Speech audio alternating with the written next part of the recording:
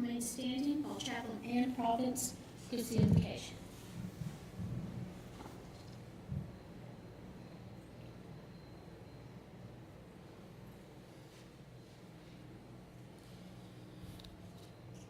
Gracious Spirit, creator of life and sustainer of hope, be with us today as we celebrate the life of Paul Womack. Enable us to be brave in our remembering, honest in our sorrow, and sincere in love and compassion for one another. Strengthen us as we celebrate Paul's life, his commitment to justice, and his service to the people of Texas. Amen. Amen. Please be seated.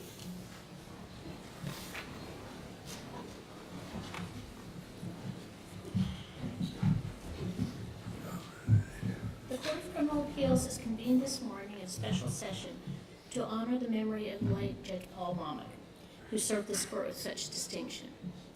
I want to thank everyone for coming today, and I'd like to recognize some of our guests in particular. From the judiciary, we welcome from the Third Court of Appeals, Chief Justice Byrne, Judge Kelly, and Judge Theophanis. Thank you for coming. We also welcome Ben Wolf from the Office of Capital and Forensic Writ, Stacy Sullivan, State Prosecuting Attorney, and Louise Pearson, a former clerk of the Court of Criminal Appeals. Have I missed anyone? Okay, thank you.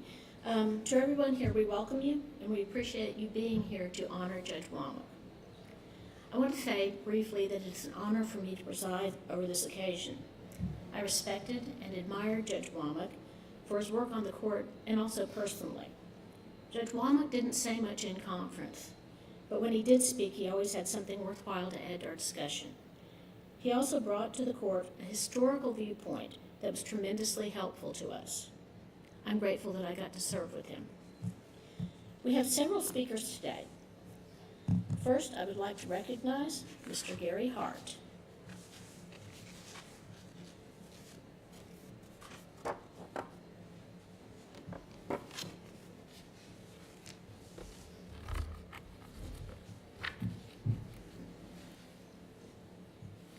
May it please the court, my name is Gary Hart, and I'm proud to say that Judge Paul Womack was my mentor.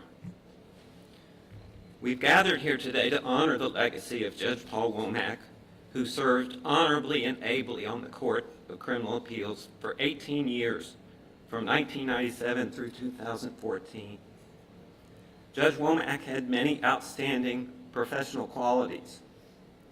He was a great lawyer, a great prosecutor, a great teacher of law, and ultimately a great judge.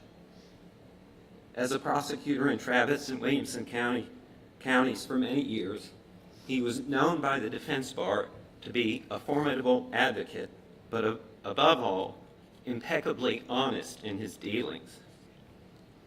He was that rare combination of both a great trial lawyer and a great book lawyer.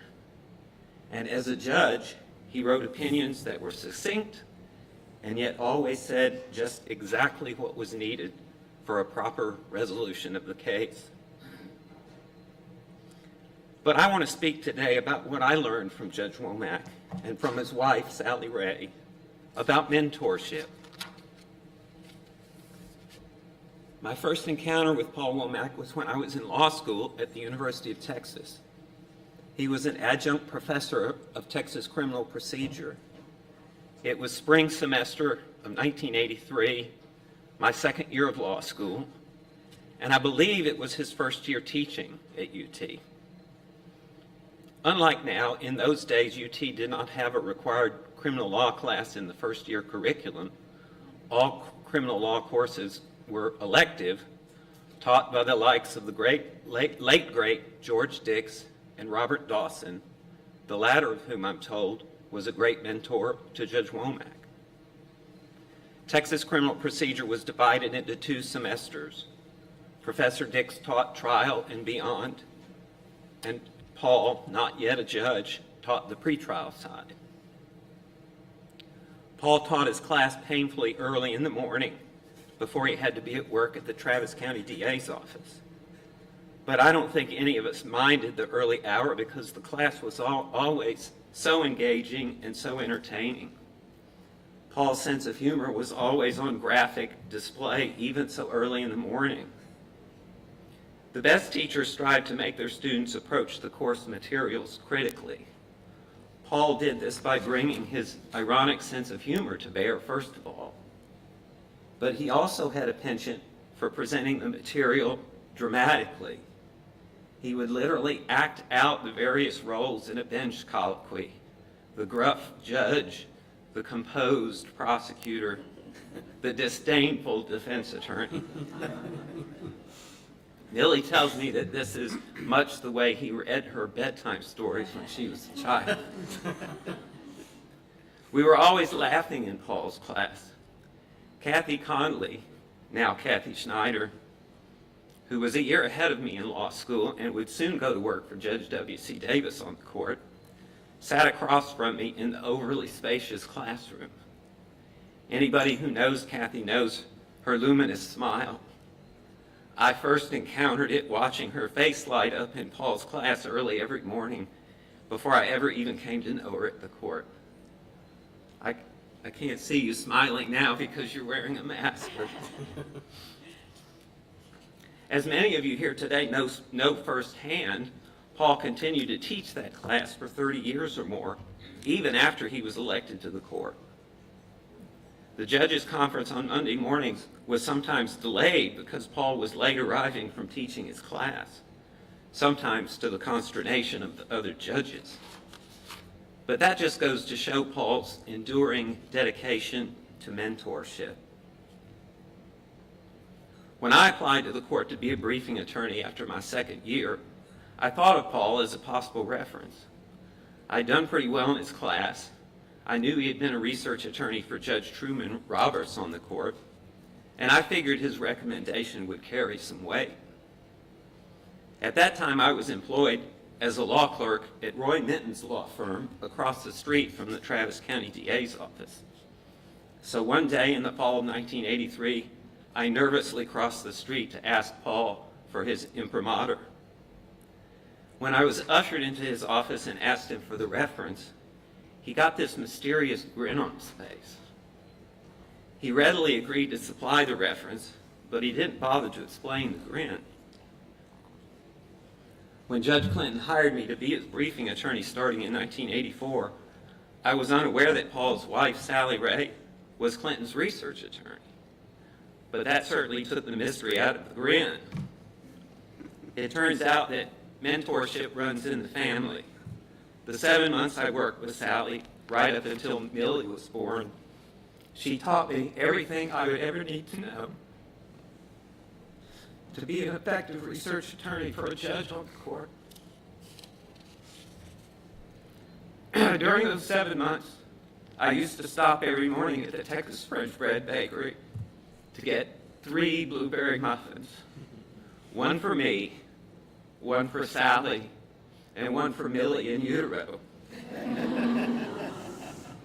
Sally and I would often meet Paul for lunch and talk abstractly, of course, about criminal law issues. And I got to observe firsthand a pair of powerful and knowledgeable legal minds. I can't tell you what a privilege that was. Judge Clinton retired from the court at the end of 1996,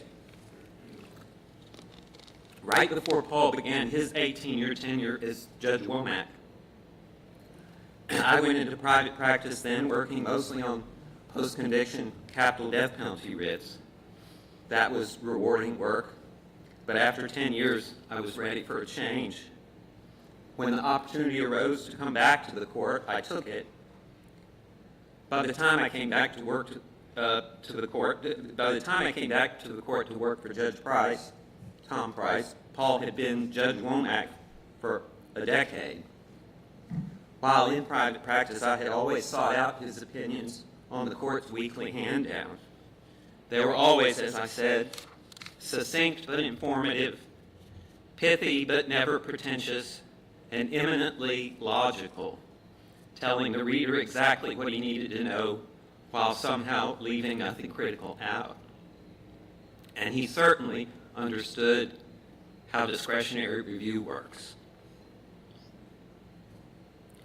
In the summer of 2006, my first year back at the court, I worked on a dissent for Judge Price in a case called Watson.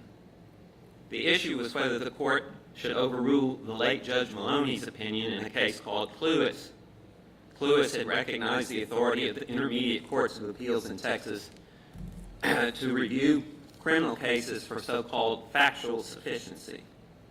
Judge Kathy Cochran had circulated an opinion proposing to overrule Cluess. The court was deadlocked 4-4, with Judge Womack square in the middle. During the court's summer break, Judge Cochran and I each did our level best to persuade Judge Cochran that our view of the law should prevail. I would see Judge Cochran slip into his chambers in the mornings to advocate for her position. I would go by in the afternoon to advocate for Judge Price's. As Judge Cochran and Judge Price continued to circulate revisions of their competing opinions over the course of that summer, we would renew our in-depth discussions with Judge Womack. Ultimately, I'm happy to say Judge Price won the day, taking the vote from Judge Cochran and converting his dissent into a majority opinion. Alas, it turned out to be a short-lived victory, since only a few years later the court would overrule Cluess after all in Brooks. But the experience was meaningful to me because it was such a pleasure to engage critically with these two exceptional criminal law minds. From that early experience back at the court, I came to regard Judge Womack and Judge Cochran as my two go-to judges when Judge Price gave me permission to consult with them on the tricky cutting-edge issues. I would always test out my hypotheses on one or the other or both, and I especially always felt like I had nailed an issue, whether in a majority opinion or in a separate opinion, when Judge Womack was willing to join it. Mentorship. Many of you in attendance today who work for Judge Womack know exactly what I'm talking about when I speak of Paul's legacy for mentorship. Judge Womack never hired a permanent staff attorney, as other judges on the court do. Instead, he would bring in a new briefing attorney every year, promote that briefing attorney to research attorney at the end of that year, and then move them out the following year to begin their careers in what he called the real world. Bottom line, every briefing attorney was able to spend not just 1 year observing a brilliant judge in action, but 2. I know they all cherish that experience. You will hear more about that experience, I'm sure, from a couple of them who will speak after me this morning. In my time working for the court, I've tried to carry over that duty and legacy of mentorship. Over the years, I've mentored over 30 briefing attorneys. I can only hope to have done Paul and Sally proud in my endeavors to carry on that legacy of mentorship. I learned from them how to give of my time to those who come after, to pass on what I know, or at least what I think I know. Of course, nobody has all the answers. What I learned from Judge Womack and my other great mentors, Sally Ray, Judge Clinton, Judge Cochran, was how to think critically about the questions. And that, I think, is the most enduring legacy of our profession. Thank you, Judge Womack, for that. Thank you. Before we proceed, I want to welcome Judge Cheryl Johnson, who has joined us. We're glad you're here. I would now like to recognize Mr. James S. Frost for his remarks.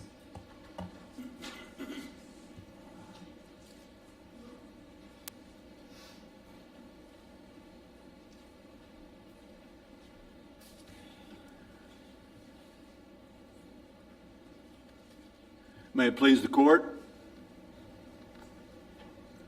members of the judiciary, Sally, Millie, Paul's relatives and friends. I'm Jim Frost. My first wife and I were good friends with Paul and Sally for decades. Thank you, Sally and Millie, for honoring me by asking me to speak here today. The summary and information about Paul in the program is really well written, and I encourage you. It will also perform the salutary effect of shortening considerably my remarks today.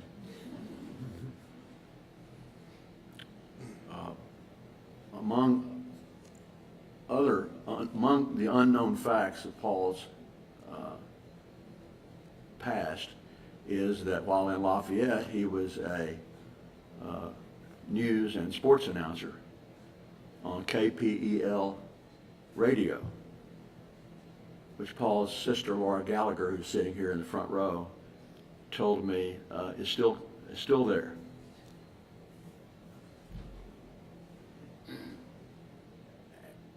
Paul's career got off to a great start in his first year in law school when he and Steve Bush, Steve, I hope you're here and we get to visit,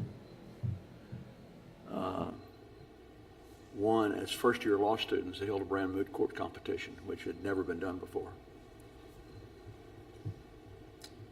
Before his election in 1997, Paul was research assistant to Judge Truman Roberts on this court, and thereafter for 15 years a felony prosecutor in Travis and Williamson County, during which time he saw it all. One morning at a docket call, the judge, thinking as judges are wont to do that he was in charge, took the bench without coordinating his entrance with the bailiff, who at that moment was enjoying his morning nap. A fellow prosecutor of Paul's was quick to say, "All rise," which Paul immediately followed with, "God save the king in this honorable court."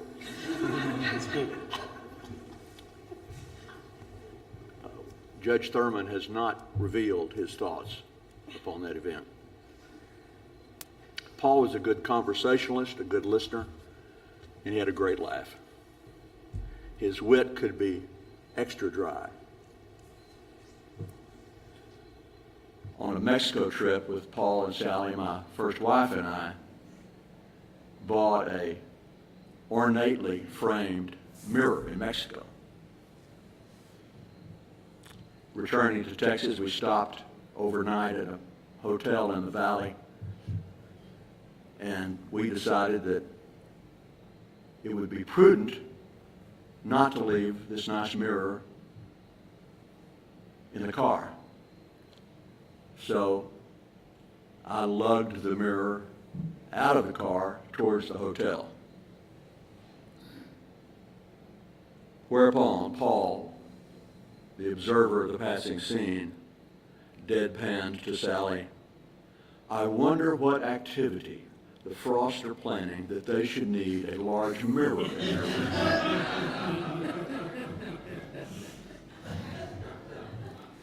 Paul was a reader. Churchill biographies, like William Manchester, Oliver Sacks' Oddities, Mark Twain, P.G. Wodehouse. Paul introduced me, I'll be forever grateful, to the incomparable writer and scholar John McPhee. Paul was a baseball fan. It was a fine summer evening to sit in the bleachers at Dell Diamond with Paul and visit about the ebb and flow of the game in our lives. Yet, Paul never got to enjoy that staple of ballpark cuisine, a dog and a beer, because he didn't drink. But I have it on good authority that when watching a Cubs game at home on TV with Millie, the menu included always hot dogs and Cracker Jack. And of course, Paul was a scholar of the law. He told me in a serious moment that he was fortunate and honored to serve as a judge on the Court of Criminal Appeals. I regret, one of my many regrets, is that I never sat in on one of his classes. The Texas State Cemetery, where Paul's remains are interred, is a lovely place. In an era where so many are angry and so passionate about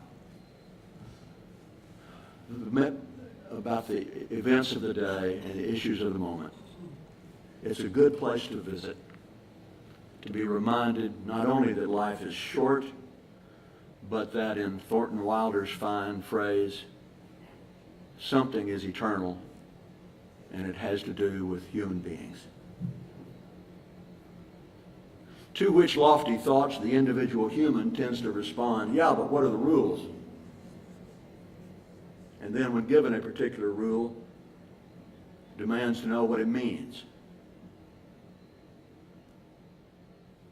In 1803, John Marshall wrote, "It is the province and duty of the judicial department to say what the law is. 73 years later, in 1876, the people of Texas adopted a written constitution that, with its few subsequent amendments, governs our lives today. That constitution requires all elected and appointed officials to preserve, protect, and defend the Constitution and laws of the United States and of this state. Paul Womack dedicated his life to preserving, protecting, and defending the Constitution and laws. May we steadfastly emulate his worthy example. Thank you very much. We will now hear from Mr. Clint Morgan.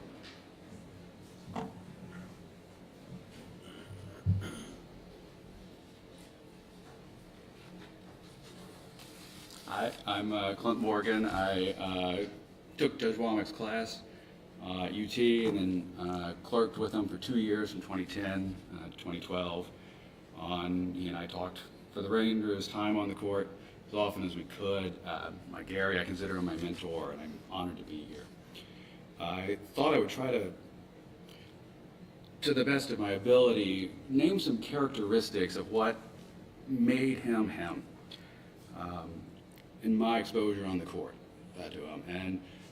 And certainly, if you're my generation or younger, and probably it's always been thus, in law school you're taught that the law is politics by another means. And so coming to a high court in the state, I was expecting, I didn't really know what to expect. I assumed this would be like the 9, and we've got a certain amount of cynicism and maneuvering and all of these shenanigans going on in the background. And very early on, he came back from conference with some changes to an opinion that other judges suggested. And he gave it to me, and I researched it, and I presented him, and I said, "Your Judge, I think there's 2 possible ways to go here.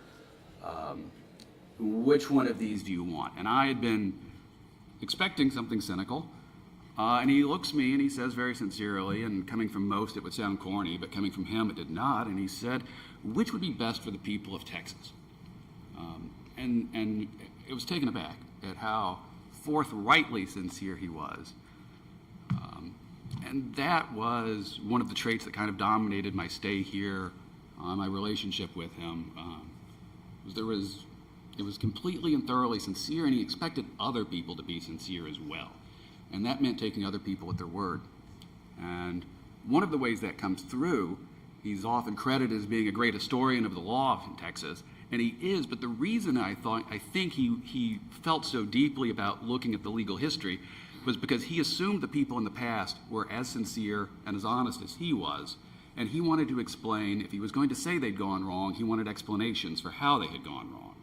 And so if you look at his great opinions tracking legal history and minor errors, I read those as him writing an apologia for people he thinks reached a wrong conclusion but did so for good reason. So his sincerity really was one of the driving forces to me of who he was. He is certainly renowned now for his brevity. His opinions, looking back on them, are typically much shorter than everyone else. After I left the court, one of the people who followed me up, clerking for him, emailed me one Wednesday morning and said, "Check the handout. We've got a 4-page opinion, and Judge such and such has a 104-page opinion." And there was a great deal of pride in the brevity there, because he understood he wanted to get out of his own way and let the law speak for itself. And very often it's possible to conceal any amount of things in a legal opinion if you write it long enough. But when you pare everything down to the bare minimum, then the truth of the matter comes out, and that's what he believed. And I think that's why so much of his stuff was so short and so succinct. I discovered a concurring opinion he wrote either while I was here or after I left fairly recently, and he quotes a colleague's opinion at length, and he plainly disagrees with it because after that he has a single 2-word paragraph, "well, comma, no." And when I found that, I thought that was quite fine. And shortly after, I was at a CLE, and a legal writing guru was presenting, and he expressed the comment that you cannot express a thought in any form shorter than an English sentence. And I texted to my friend, well, comma, no. And I'd also like to comment on his professionalism and how I was here. Over 2 years, here and a couple more years after I left here, I never heard him say a bad word about any judge on the court. Not a one. The worst he said, one time after a long conference, because he came back afternoon, he humped down into his seat, and obviously it was a long conference, I went in to see what had happened, and he just looked kind of tired about the whole situation. And he looked at me and he said, Morgan, sometimes Judge such and such is not the easiest person to work with. And that was the harshest word I heard him speak about a colleague the whole time I was here. But he had harsh words for thoughts. His brevity and his sincerity led to that. The well-no comment. One of he was broadly liked and regarded as very gentlemanly and mild-mannered in person, but his opinions could be very, very sharp indeed. One of my favorite statements is he's got a concurring opinion where he's deriding the long-term use of this court of the phrase mandatory statute. In our law school class, he came across this phrase in an opinion and he took a step back and he said, have you ever seen an optional statute? But he's got an opinion in which he says the very term mandatory statute indicates the absence of thought behind it. Now, he was on a court with people who had joined opinions, who had written opinions using this phrase. It was a long-standing phrase of the court. But he was very harsh and very succinct in his thoughts on the subject. But because of his sincerity and because of his cordiality, nobody took these things personally, as best I could tell. And I think there's a lot to learn from that, that when you are honest, and everyone knows you're honest beyond question, you can get away with a lot of more honesty, I think. And, but putting these together, what I see here is, if I could summarize it, it would be selfless public service. In each of these traits, he put others, particularly the people of Texas, ahead of himself. With his sincerity, you're putting the will of others ahead of his own. The brevity is getting himself out of the way, so the law speaks clearly. And his professionalism, without interjecting his personal issues in anything, really did put service to this state first. And I was honored to work with him. It is a happy coincidence. Today, if you look on your desk calendars at your office, it will tell you it is Boss's Day. Now, I don't really normally celebrate that, as I think that if you're being a boss correctly, every day should be Boss's Day, right? But Judge Womack was my first boss out of law school, and I knew and I told people at the time my career was downhill once I left that office. And things have been pretty good since then. I've got no real complaints, but it will never get better than what I had here. So, it was a real honor. Thank you, Mr. Morgan. I'll now introduce Mr. J. Patrick Quinn.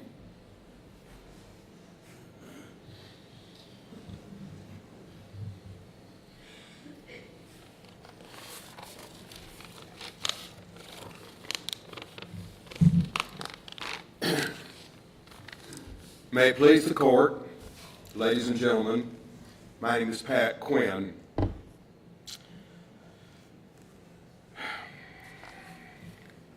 I've been asked to share a few memories of mine of Paul Womack, later Judge Paul Womack. I first met Paul, I believe, in 1981. He had left his position at the Court of Criminal Appeals and had applied for a job in the Travis County District Attorney's Office under Ronnie Earl. I was on the hiring committee that interviewed Paul. As you might imagine, we were very impressed with him. The chiefs of the courts met and almost immediately offered him a job, which he accepted. Pretty much as soon as he came to work, we told him he was going to be our new appellate attorney. Well, that didn't work out like we planned. He immediately responded no, that if we did not place him in a trial court, he was going to resign effective immediately. Back in the 80s, this was considered a very sought-after job, and we were quite shocked by what he said. However, we did not want to lose him, so we agreed. He was put into a trial court, and the judges loved his knowledge of the law, and the juries loved his sincerity. The Travis County District Attorney's Office was primarily a bunch of young lawyers with way too many cases, shooting from the hip as fast as we could under the watchful eye of two senior judges, Judge Mace Thurman and Judge Tom Blackwell. But every once in a while, we needed to know the law. And that's when we went to Paul or Andy Forsythe. Both of these were very good lawyers and kept the rest of us out of a lot of trouble. In 1984, I left the district attorney's office and moved to Taylor, Texas. Paul, sometime later, left the Travis County District Attorney's Office and moved to the Williamson County District Attorney's Office and continued his prosecution of felony defendants. Part of my practice included a little bit of felony criminal defense.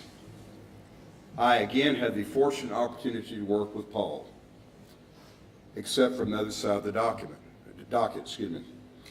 As you may know, prosecutors vary in their level of complete disclosure to discovery requests, sometimes to the point of questioning their integrity and truthfulness. This was never an issue with Paul. When Paul shared his prosecution's file with you, you knew it to be the truth. The Judge Paul Womack that I knew was a man of great knowledge of the law, was always helpful, honest, and displayed immense integrity. Thank you. Thank you. I'll now introduce Justice Kelly from the Third Court of Appeals for her remarks.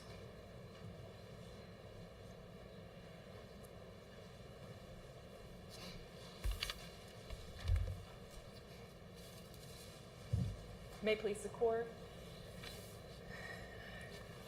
Friends and family, I'm honored to be here. My name is Shari Kelly, and I had the pleasure of working for Judge Womack, not once, but twice, in 2002 and 2007 and 2008, as both his research attorney and briefing attorney.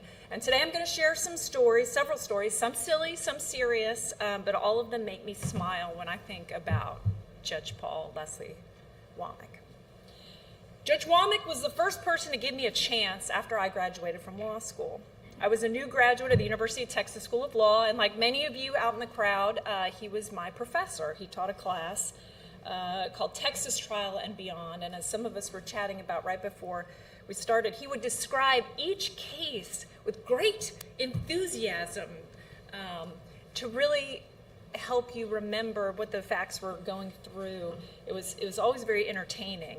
He was engaging but very formal, and on the last day of class he came in and said, "I am in need of a briefing attorney," I believe is exactly how he put it. And so I applied for the job, and I remember I applied and I didn't hear anything. And I think at law school graduation, I saw him, he was on the stage at law school graduation, and I thought he didn't look at me, and I thought, oh, it's because I didn't get that job. He couldn't even make eye contact with me. Well, he had already emailed me and offered me the job, but in this time, in 2002, one did not check your email every day. I look back, I was just so intimidated, and didn't know that I already had the job. So I was able to work for him before I left for a career in the Army and serve as an interim attorney for him. And you see, that's when I really started to learn about Judge Womack, because in class, while he was entertaining, he was still very formal. And on the outside, looking into a lot of people, Judge Womack seemed so formal. I mean, he perfectly looked the part. He had this, white beard. He often wore a bow tie. But to us and in his chambers, he was serious, but also silly, hilarious. Even I'm joined by some of the attorneys that I worked with. So Kim Bloom was my supervisor when I came to the court the first time, and then I worked with Sissy Phillips. over here in 2007. On the serious side, he never once called me by my first name. He called me Ms. Kelly. When I returned to work for him a second time after being in the Army, a captain in the Army, he only ever called me one of three things: Ms. Kelly, Captain Kelly, or simply Captain. And I think Captain was his absolute favorite. And sometimes we would talk about the military because he served, he was in ROTC, we'd both been in ROTC, and one time he went into the copy room just outside of his chambers, if you're looking at his chambers to the left, and there was a massive pair of scissors. I don't know if this still exists, this huge, massive pair of scissors. And he grabbed this massive pair of scissors and held it up like it was in his mouth and jumped out and went, aha! Is this what it was like at Fort Hood? I mean, it was just like something I just never would have expected to happen. And I would tell a lot of stories about being in the JAG Corps, and my office mate, Sissy Phillips at the time, would comment about how crazy she thought the military sounded and these crazy stories. So one day, Judge Womack found an advertisement, I guess, for the JAG Corps in an in an American Bar magazine. And it said, "The JAG Corps, it's not for sissies." And he took it, but he crossed out the E, and then he taped it to her door. Following up from that conversation. And speaking of Sissy had some fears, some unfortunate fears while working at the court, fears of elevators, closed spaces, and crickets, which, if you've lived through a cricket infestation in this building, God bless you, but we had several of them, right, where crickets would just come through. You'd find dead crickets everywhere, live crickets could fall out of the ceiling tiles. And Sissy was so terrified of these crickets, so Judge Womack, ever the gentleman, went into her office and collected all of the crickets, dead and alive, so she wouldn't have to face them during the working day. Judge Womack loved kids. In your program, you'll see something that we've talked about as former staff attorneys, that he would go and volunteer to hold babies in the NICU, in the neonatal unit, that just needed to be held. When Sissy's kids, her twins, she had two little twins, needed to come to the office for some reason, he would let them play in his chambers. He would collect anything that was like a toy, his gavel, and spread them out and let them roll around on the floor in his chambers, in his office, and play and ask him questions. And he would answer he would answer anything. He was so patient and kind. And I think Sissy would nervously peek in, like, "Oh, is everything okay?" And he would always try to put her mind at ease. Some of my favorite times in the office were just standing in his chambers, but in that common area, and just sharing stories. Judge Womack had a lot of great trial stories. I mean, he would share things that happened in trial, and share things about criminal law and being a prosecutor, things I will never forget, and things that helped inspire me to be a prosecutor. And I would talk about those stories. And later, when I was a prosecutor in Travis County and Comal County, I would talk about Judge Womack, and other attorneys would tell me stories about what it was like to try a case against him, and what a formidable opponent he was. But in one of those conversations, we were in the outer chamber, and we were talking about a story that had recently been in the news, and it was a woman who had completed the New York Marathon, and she was so excited that she took her shirt off and she took her bra off, and she was arrested for indecent exposure. And so we're talking about that, and Judge Womack comes out and he says, "Well, I don't understand what the crime was." And I said, "Well, she was naked, basically." And he looks at me and he said, "They're just breasts, Miss Kelly. They're not indecent." And I told him I was going to put that on a yard sign. They're not breasts, they're not breasts, they're not indecent, they're just breasts. Judge Paul Womack, Court of Criminal. But even that moment, that story, he turned into a lesson about what the standard was for indecency, indecent exposure, and what he learned in law school. And if you want the rest of that story, you'll have to come up to me later. But that was the type of teacher he was. He would take that moment to sit and explain through something that started out as being kind of silly and really explain the reasoning and some lessons that he's learned. Now that I have the perspective of being a judge and reviewing the work of staff attorneys, it really makes me appreciate his poise and his professionalism, and what a great teacher. Again, we've heard that word a lot. What a great teacher he was. He was very pedagogical. He was never critical of a draft opinion, even if he disagreed. He would take the time to talk through the issues one by one.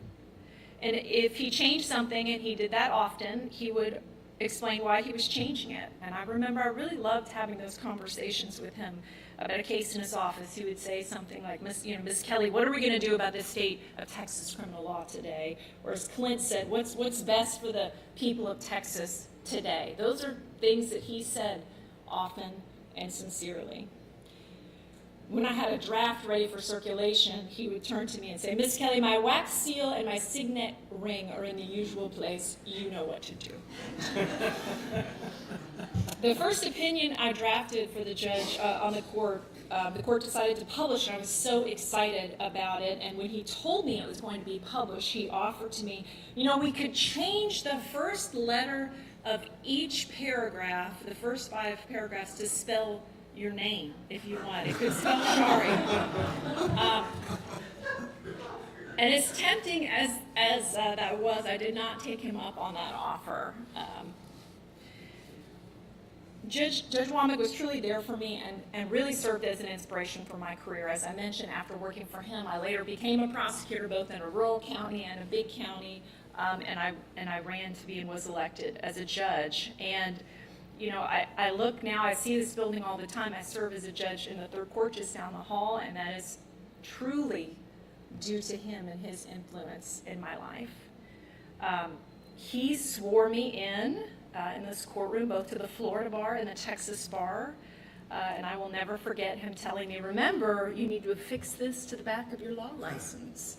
And I always remember that, because every time I swear in someone, I swore in someone just yesterday, I said, now remember, you need to affix this to the back of your law license. Should someone come and check? Now, no one ever has asked to come check.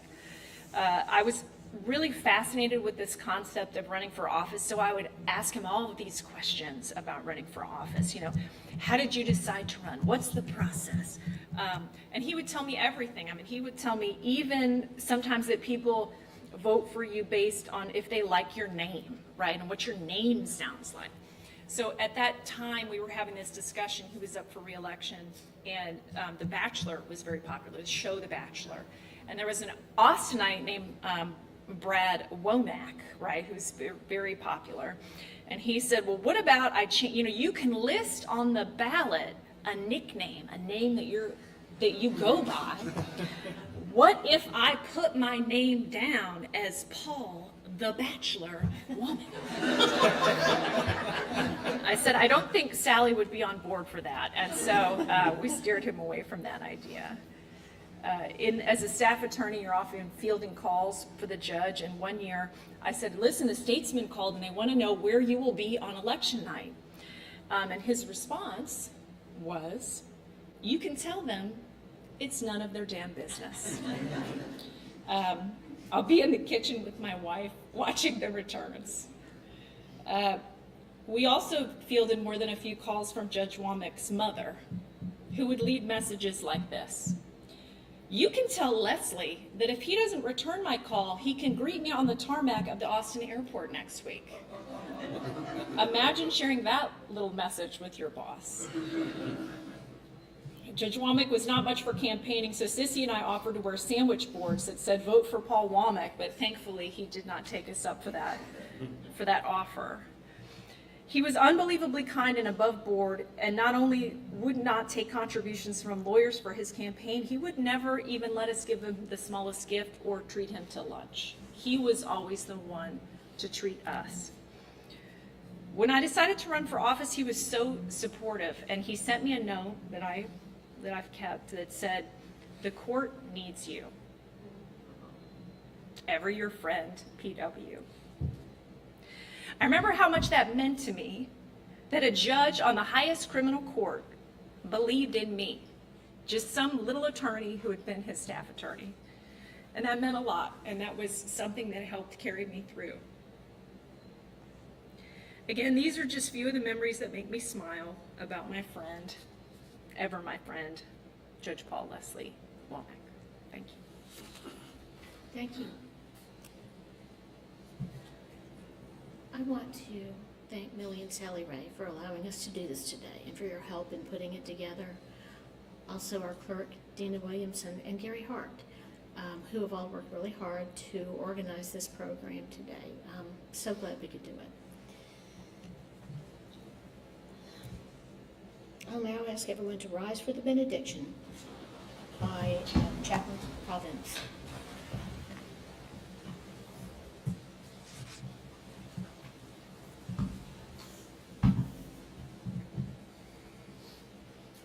It has been a joy to share these memories and a blessing in every way. Sally Ray sent me this lovely scripture from the Buddhist Diamond Sutra. The sutra offers this wisdom for our fleeting world. All earthly things are as a star and dawn, a pebble in a stream, a dewdrop, a flash of lightning in a summer cloud, a flickering lamp, a phantom and a dream. What a joy it has been to gather for these memories and to celebrate Judge Womack's life. We don't have much time to gladden the hearts of those who walk our way with us. Be swift to love, make haste to be kind, and may the peace that passes understanding be with Judge Womack's family, students, friends, colleagues, and all those whose lives he touched. In gratitude for the life and service of Judge Paul Womack, we pray. Amen. Thank you very much. This concludes our ceremony. On behalf of the court, I want to thank everyone here for attending. The State Bar is hosting a reception just down the hall. We hope that you will all join us there.